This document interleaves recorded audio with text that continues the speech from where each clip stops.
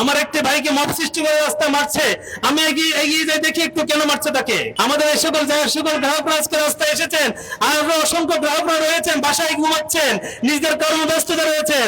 একটু চিন্তা করবেন ওই 5টি ব্যাংকের অবস্থা যেদিকে গিয়েছে আপনার অবস্থা কোথায় যাবে। পরে যখন কান্না করবেন, পরে যখন এসে বলবেন ভাই হায় রে কি হয়েছে কি হয়েছে। আমরা এখানে কুলি মুজুদ্দের ব্যাংক, এখানে পুলিশ প্রশাসনের ব্যাংক রয়েছে, পুলিশ প্রশাসনের ব্যক্তিদেরও এই ব্যাংক অ্যাকাউন্ট রয়েছে। আসুন সরকারি কর্মকর্তাদের এই ব্যাংক অ্যাকাউন্ট রয়েছে। যারা একটি সুন্দর অর্থ ব্যবস্থা চায়, সুন্দরভাবে আমানত রক্ষা করতে চায়, তাদের এই ব্যাংকে অ্যাকাউন্ট রয়েছে। আমরা আসুন সকলকে আহ্বান জানাবো, আপনারা আসুন সবাই মিলে আমরা এই গ্রাহক ফোরামের ব্যানারে একত্রিত হয়ে মানববন্ধনে অংশগ্রহণ করে নিজেদের আমানত রক্ষা করে।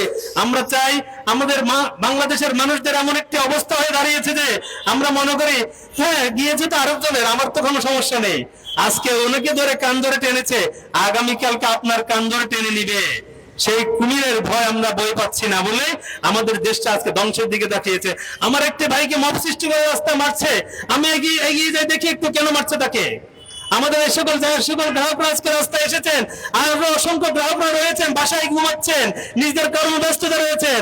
একটু চিন্তা করবেন ওই 5টি ব্যাংকের অবস্থা যেদিকে গিয়েছে আপনার অবস্থা কোথায় যাবে। পরে যখন কান্না করবেন, পরে যখন এসে বলবেন ভাই হায় রে কি হয়েছে কি হয়েছে। আমরা সেদিকে যেতে চাই না, আমরা চাই আপনাদের উদয়বুদ্ধ হোক। আমরা চাই এই সরকারকে আমরা সহযোগিতা করার জন্য চাই, আমরা এই সরকারের বিপক্ষে নয়। আমরা এই সরকার আমাদের গতকালকে আমাদের প্রধানমন্ত্রী সুন্দর একটি কথা শুনেছিলাম, আমরা সেই আশ্বস্ত হয়েছি যে প্রধানমন্ত্রীর কথাটি নিয়ে আমরা হয়তোবা খুব সহজেই সুন্দর একটা সমাধানে যেতে পারবো।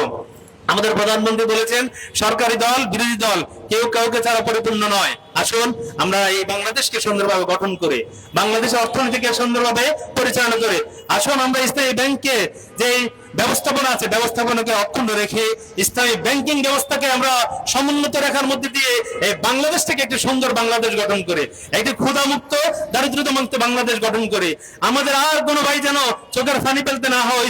ওই ব্যাংকে গুলো যেভাবে মায়েরা কান্না করছে, বোনেরা কান্না করছে, সেই ধরনের কান্না মা বাবা বোনদের কান্নাগুলো যেন আর ইসলামী ব্যাংকে এসে শুনতে না হয়। আসুন আমরা সবাইকে স্বতঃস্ফূর্ত ভাবে এই ব্যাংকে এই যে মানববন্ধন আছে আমাদের স্বতঃস্ফূর্ত যে মানববন্ধনে অংশগ্রহণ করার জন্য সকল ব্যাংকের গ্রাহক কর্মকর্তা কর্মচারী সবাইকে আমরা আহ্বান করব। আমরা যদি ব্যাংক থেকে আমানত তুলে নিই, আপনারা কয়দিন আপনাদেরকে ব্যাংক কর্তৃপক্ষ টাকা দিয়ে আপনাকে বেতন পরিচালনা করবে, একটু চিন্তা করতে পারেন। আসুন আমাদের